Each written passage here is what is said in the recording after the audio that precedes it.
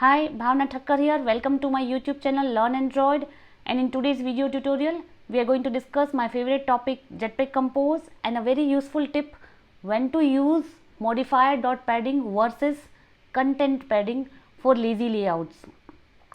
For the demo we are going to see LazyRow, but it will be applicable to all the different kinds of lazy layouts. So in Jetpack Compose 1.2 beta 3 version, which is available today, there are 4 types of lazy layouts: lazy column, lazy row, lazy vertical grid and lazy horizontal grid. Even the grid APIs are now stable, so it will be applicable to all. Now the starter project is ready. It has LazyRow preview in the interactive mode. So you have 0 to 29, so 30 items. Each item is a column with image and text. So let me show you the code as well.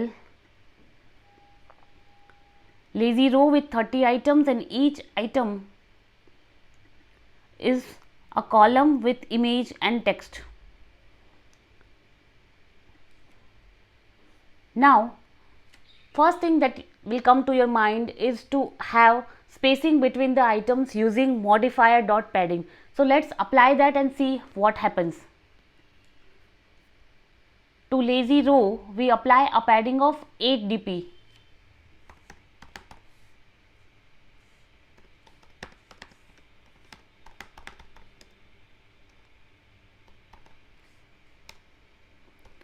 All equals to 8 dp. Build and refresh the preview. Vertical padding is good, but look at the horizontal padding. You have 8 dp space before the start of the first element, that is good, but now start scrolling. What happens?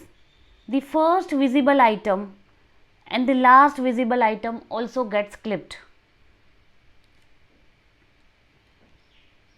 What you wanted is just some space before the start of the first element and after the end of the last element. But this clipping while you are scrolling, clipping of the first visible item and last visible item, this is not desirable. This is coming because of the padding that you have applied.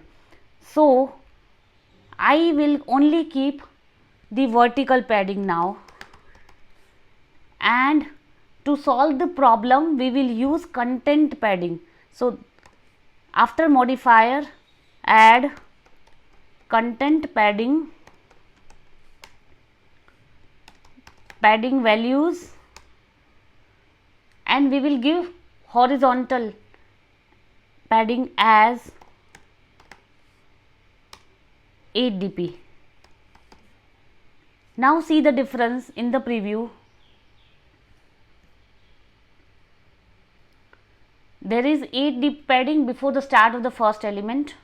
You start scrolling, you can see the first visible item and the last visible item, they are not getting clipped off, which was the case earlier, and you scroll till the end. After the end of the last element there is the padding. So this is what we want. This is how the content padding will help you. For spacing between the items, use horizontal arrangement for LazyRow like this.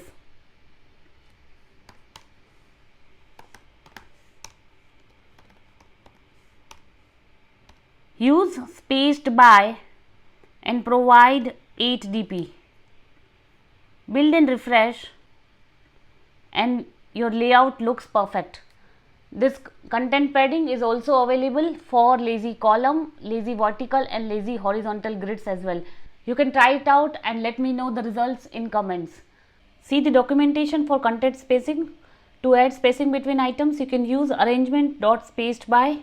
For lazy column you use vertical arrangement.